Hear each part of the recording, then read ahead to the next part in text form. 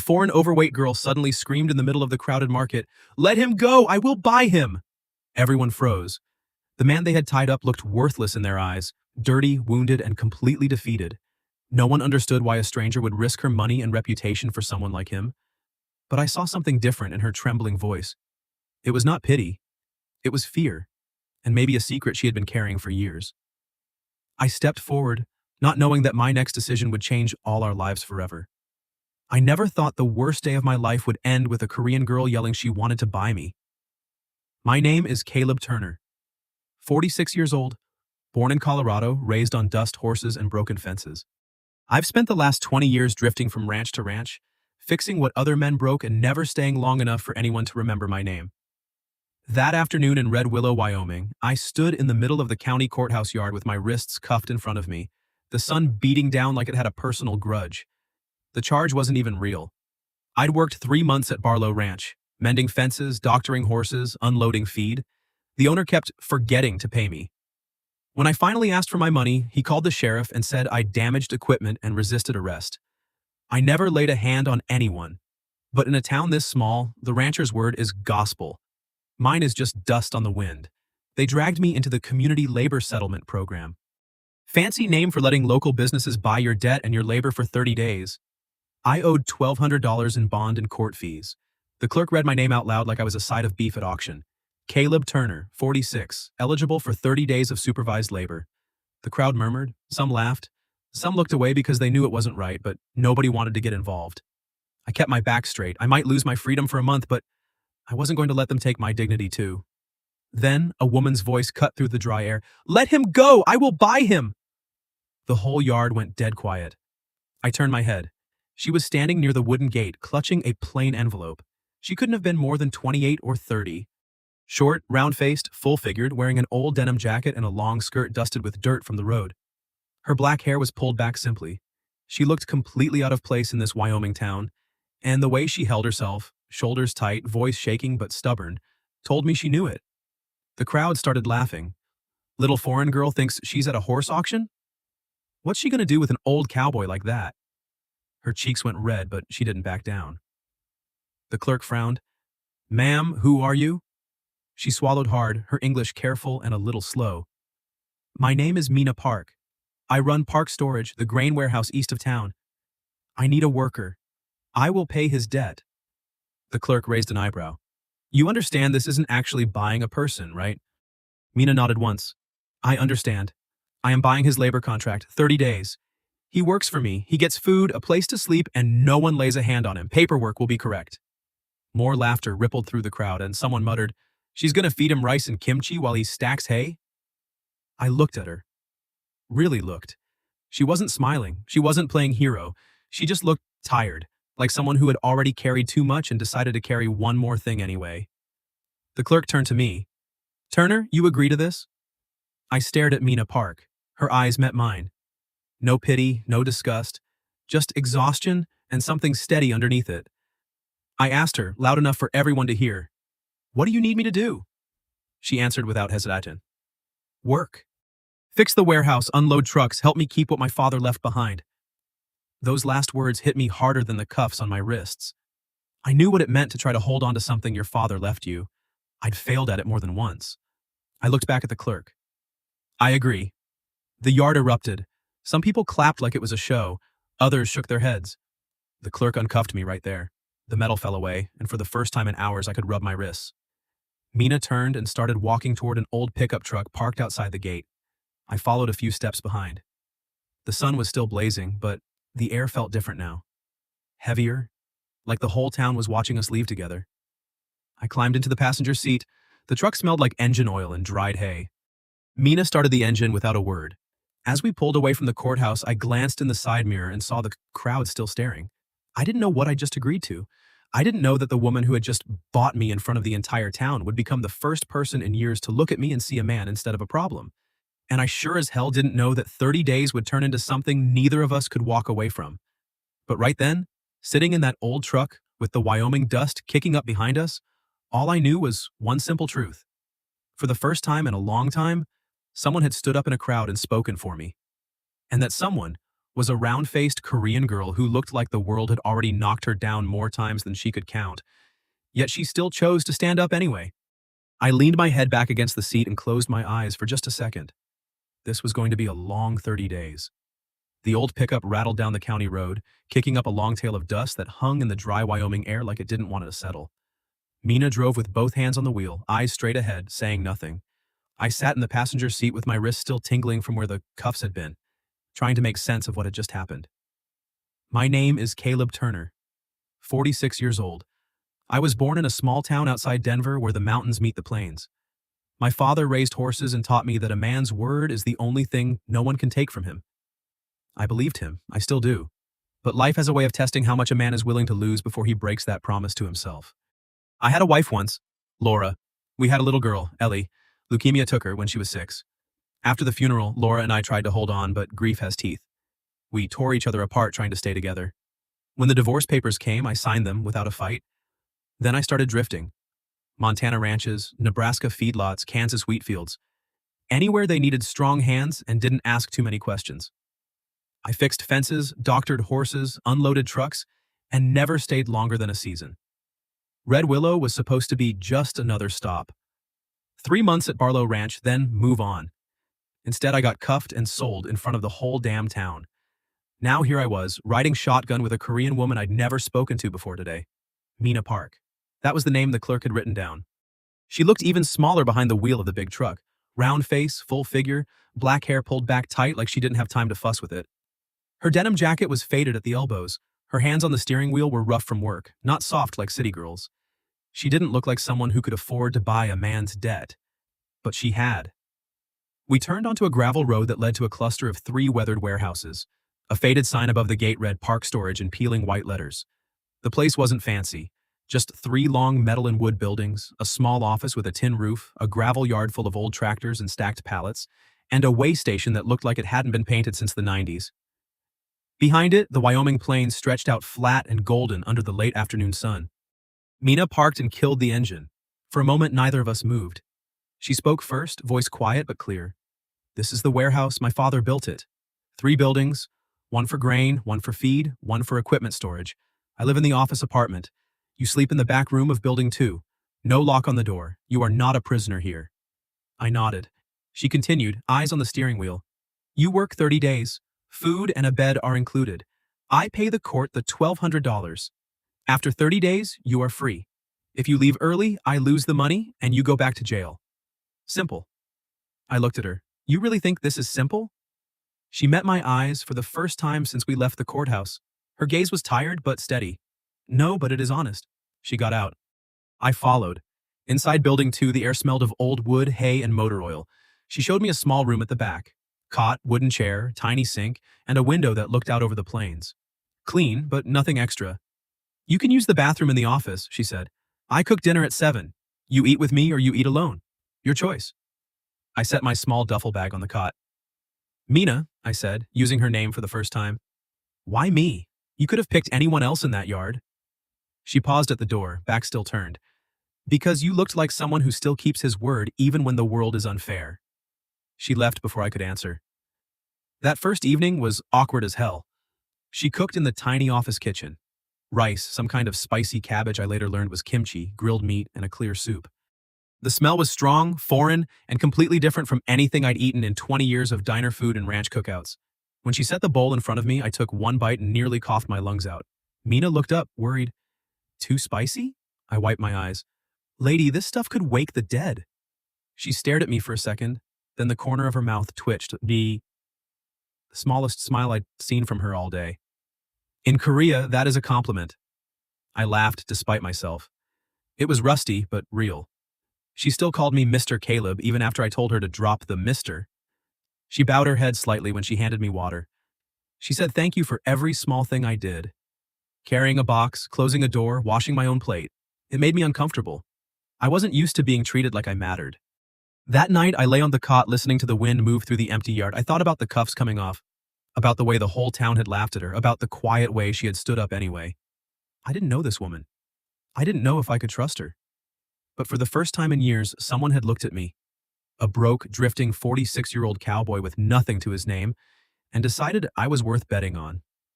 Outside, the Wyoming stars were sharp and cold. Inside, I closed my eyes and wondered how long 30 days could possibly feel. The first week was a slow war of small things.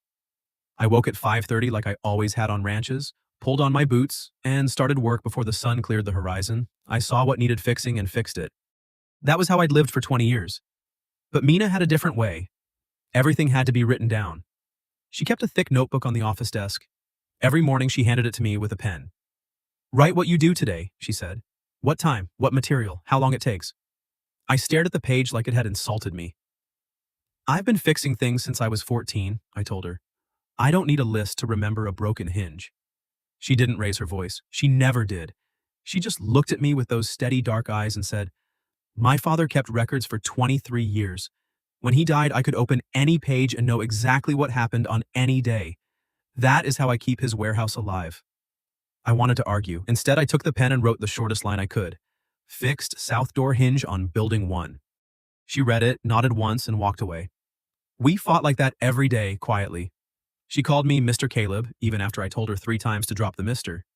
She bowed her head a little, every time she handed me coffee or food, like I was a guest instead of hired labor. It made my skin crawl. I wasn't used to being treated gently. I was used to being ignored or cursed at. Dinner was another battlefield. She cooked Korean food every night in the tiny office kitchen. Rice, kimchi, grilled meat with red paste that smelled like fire. The first time I took a real bite of kimchi, I coughed so hard I thought I'd choke. Mina jumped up, eyes wide with panic, and poured me water like I was dying. "In Korea," she said when I finally stopped coughing. "That means you like it." I wiped my eyes. "Lady, in Wyoming, that means my mouth is on fire." She didn't laugh out loud, but the corner of her mouth lifted the tiniest bit. It was the closest thing to a smile I'd seen from her since the courthouse. The town didn't give us peace. On the 4th day, 2 ranch hands drove past the gate while I was carrying a heavy sack of feed. One of them leaned out the window. "Hey, Turner, how's working for the fat Korean girl? She feed you good?" I set the sack down slowly. I didn't step toward them. I didn't raise my voice.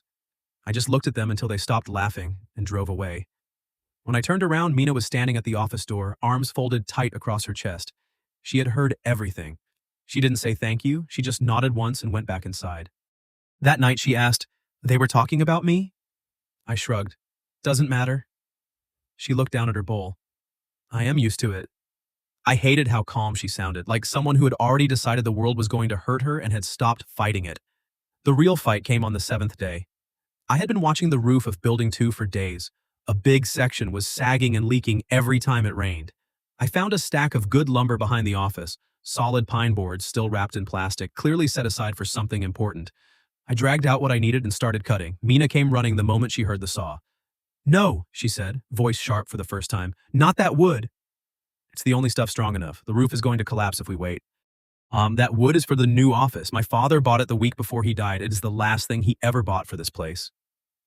I set the saw down. "Mina, the roof is leaking right now. If it rains hard tonight, you lose half the feed stored inside. Your father's feed." Her face went pale. For a second, I thought she might cry. Instead, she straightened her shoulders and said, "I decide what we keep and what we use. You are here to work, not to decide what my father left behind." The words landed like a slap. I felt heat rise in my chest. I had swallowed my pride for 30 days of my life already. I wasn't going to swallow this. "Fine," I said, dropping the board. "You want the roof to leak? Let it leak." I walked out to the back lot and stayed there until the sun went down. That night, the sky opened up. Rain came down in sheets. I lay on my cot listening to it hammer the metal roof. Then I heard something else. The sound of the big warehouse door sliding open, followed by struggling, frantic movement. I pulled on my jacket and ran out. Mina was alone in the pouring rain, trying to drag a huge blue tarp up a ladder to cover the leaking section. She was soaked to the skin. Her hair stuck to her face. The tarp was heavy and the wind kept whipping it out of her hands. She slipped on the wet rung and almost fell. I didn't ask permission. I climbed the ladder, took the tarp from her, and tied it down tight while rain stung my eyes. When I climbed back down, she was standing at the bottom, arms wrapped around herself, shivering. We stood there in the downpour, breathing hard. I said the only thing I could think of. "I'm sorry, I shouldn't have spoken about your father like that." She looked up at me. Rain ran down her cheeks like tears she refused to cry. "In Korea," she said quietly, "when your father dies, you keep everything he touched, even if it makes no sense. even if it costs you money, because it is the only way you still have him. I nodded. I kept my father's old lighter for 20 years, I told her. It doesn't even work anymore, but I still carry it. She stared at me for a long moment, then she said something I will never forget. You are the first person here who did not laugh at me when I said I wanted to keep my father's warehouse. The rain kept falling, but the silence between us felt different now. Softer. I walked her back to the office. She made hot tea for both of us without asking. We sat at the small table and drank in silence while the storm raged outside. Neither of us said much. But when she finally stood up to go to bed, she paused at the door. Good night, Caleb? It was the first time she had dropped the mister. I sat there alone for a long time after she left, listening to the rain on the roof I had just saved, with her father's special wood still untouched in the corner. For the first time since I arrived in Red Willow, 30 days didn't feel like a punishment. It felt like the beginning of something I wasn't ready to name. 3 weeks passed faster than I expected. The warehouse started to look different. The sagging roof on Building 2 was solid now. The leaking spots were patched. The gravel yard had proper drainage ditches so the trucks didn't get stuck after rain. I had repaired every sticky door, rebuilt 2 broken loading ramps, and organized the feed storage so you could actually find what you needed. Mina's notebook was filled with neat lines in her careful handwriting. Every repair, every hour, every nail was written down. The drivers noticed. Old Ray Callahan, who had been hauling grain for 30 years, slapped me on the shoulder one afternoon and said, "Your daddy would be proud of the way you keep this place together, Turner." I didn't know how to answer that, so I just nodded. Mina still didn't smile much, but I caught her standing in the office doorway sometimes, looking out at the yard with something softer in her eyes. She still called me Caleb now. No more mister. What? And every evening, she left a thermos of hot coffee on the bench outside my room without saying a word. I drank it every morning before she woke up. But the town never stopped watching. The council wanted that land. They wanted it bad. A big transport company was offering serious money to build a new hub right where the warehouse stood. Mina was the only thing standing in their way. One afternoon, a man named Harlan Briggs showed up while I was unloading a truck. He wore a clean shirt and expensive boots. He waited until Mina was inside the office, then walked over and handed me a plain envelope. $3,000, he said quietly. Cash. All you have to do is tell the sheriff that Miss Park violated the terms of your labor contract. Say she's mismanaging the place. Simple. I looked at the envelope in his hand. $3,000 was more money than I had seen in one place in years. It could get me a decent truck, a fresh start somewhere else, maybe even a down payment on a small piece of land. Harlan smiled like we were old friends. You were bought out of that courtroom like a piece of livestock. Don't act like you owe that Korean girl anything. I pushed the envelope back toward him. I don't sell my word, Briggs. His smile faded. You'll regret this, Turner. I've regretted a lot of things in 46 years, I said. But I've never regretted keeping my word. He left. I went back to unloading the truck like nothing had happened. That night, I told Mina everything while we sat at the small table in the office. She listened without interrupting, her hands folded tight in her lap. When I finished, she was quiet for a long time. You could have taken the money, she said finally. No one would blame you. I know. She looked down at the table. I'm sorry you had to choose between me and that money. I wasn't choosing between you and money, I said. I was choosing between being the man my father raised and being the man this town thinks I am. She didn't cry, but her eyes were wet. She whispered, Thank you, Caleb. The real storm came 2 days later. I was repairing a broken hinge on the main gate when 2 sheriff's cars pulled up. Behind them was a county truck and 3 men from the council. They had papers. The sheriff walked straight to the warehouse door. We're here to seize inventory for inspection, he said. Miss Park has failed to meet new compliance standards. Mina came out of the office, her face pale. She knew what this meant. If they took the stored grain and feed, she would break her contracts with the farmers. The council would have legal grounds to shut her down. I stepped in front of the warehouse door. You don't have a proper inventory list, I said. You don't have signed authorization from the owners of the goods. You're not taking anything today. The sheriff looked at me like I was crazy. Turner, you're still under labor supervision. Step aside or I'll arrest you for obstruction. I didn't move. Mina walked up and stood right beside me. She was shaking. I could see it in her shoulders, but her voice was clear. If you arrest him, I will send every document I have to the governor's office, the State Commerce Commission, and every newspaper in Wyoming. I will name every member of the council and exactly how you changed the rules after my father died to take this land from me." The sheriff laughed, short and ugly. "You think anyone's going to believe you, little lady?" Mina lifted her chin. "Maybe not, but they will have to ask questions, and you will have to answer them in public." For a long moment, nobody moved. The only sound was the wind moving through the empty yard. Finally, the sheriff spat on the ground, signaled his men, and they drove away without taking anything. But that same evening, after dark, Mina found an envelope slipped under the office door. Inside was a single typed note. "Withdraw your appeal by morning or Caleb Turner goes back to jail for obstruction of justice." She brought the note to my room. Her hands were trembling so badly she could barely hold the paper. "I'm withdrawing it," she said. "I'm ending this. I won't let them put you in jail for me." I stood up from the cot. "No. Caleb, this is my fight, not yours. It stopped being just your fight the day you stood up in that courthouse and bought my debt." She looked at me, eyes shining with tears she refused to let fall. "I'm tired," she whispered. "I'm so tired of proving I'm not stupid. Tired of people looking at my body before they listen to my words. Tired of every mistake in English making them laugh. Tired of missing my father and not even having time to cry." Her voice broke. I stepped closer. I didn't touch her. I just stood there so she would know I wasn't going anywhere. "Then tonight you cry," I said. "Tomorrow we fight again." She looked up at me, surprised. "We?" I nodded. "We?" She cried then, quiet, shaking sobs that had been waiting for years. I stayed right there while she let it all out. When she finally calmed down, she wiped her face with the back of her hand and looked at me like she was seeing me for the first time. "You really mean that?" she asked. "I do." For the first time since I'd come to this warehouse, the 30 days didn't feel like a sentence anymore. It felt like a beginning. 1 year later, the Wyoming wind still smelled the same: dry grass, dust, and a faint trace of diesel from the trucks rolling in and out of the yard. But everything else had changed. Park Storage was no longer the half-forgotten warehouse at the edge of town. The roofs were solid, the doors slid smooth, the gravel yard stayed dry even after heavy rain. Contracts came in steady. Farmers trusted us. Drivers stopped to talk instead of just unloading and leaving. Walter Hackett, the independent inspector the council had forced on us, had written his final report 3 months ago. He didn't smile much, but when he handed Mina the paper, he said, "Your father would be proud, Miss Park. This place runs better than most I've seen in 30 years. Mina had stood very still, holding that single sheet like it was made of glass. Then she turned and looked at me across the yard. I was tightening a bolt on a trailer hitch. I gave her a small nod. She nodded back. No big celebration, just the quiet understanding that we had done what we set out to do. The 30 days of my labor contract had ended long ago. Mina had paid the court every cent. I was free to leave Red Willow whenever I wanted. I never left. Some mornings I still woke up wondering why I stayed. I could have taken the $3,000 Harlan Briggs offered and disappeared down the highway like I had done so many times before.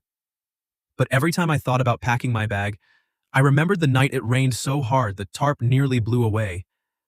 I remembered Mina standing in the downpour soaked and shaking, trying to save her father's last stack of lumber with her own 2 hands. I remembered the way she had looked at me when I climbed the ladder to help her. Not like I was hired labor, not like I was a debt, but like I was simply another person who refused to let something important fall apart. That was reason enough. Life between us stayed simple. We never made it complicated with big words or promises. Every morning she left a thermos of black coffee on the bench outside my room. Every evening I walked the perimeter of the 3 warehouses and checked every lock before I went to bed. She still cooked Korean food that set my mouth on fire, and I still teased her about it. She still called me Caleb, and sometimes, when the yard was quiet and the sun was going down, she would sit on the old wooden steps of the office and watch me finish the last job of the day. The town stopped laughing. They didn't cheer either. They just got used to seeing me there. The tall, quiet cowboy who showed up one day in handcuffs and never left. Some of the older ranchers even started nodding at me when they drove past. Mina was no longer that foreign girl. She became Miss Park, the woman who kept her father's warehouse alive when everyone expected her to fail.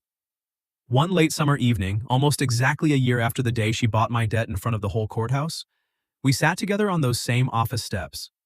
The sun was sinking behind the plains, painting the sky in soft oranges and golds. The last truck had left hours ago. The only sound was the wind moving through the empty yard and the distant call of a meadowlark. Mina held a cup of barley tea between her hands.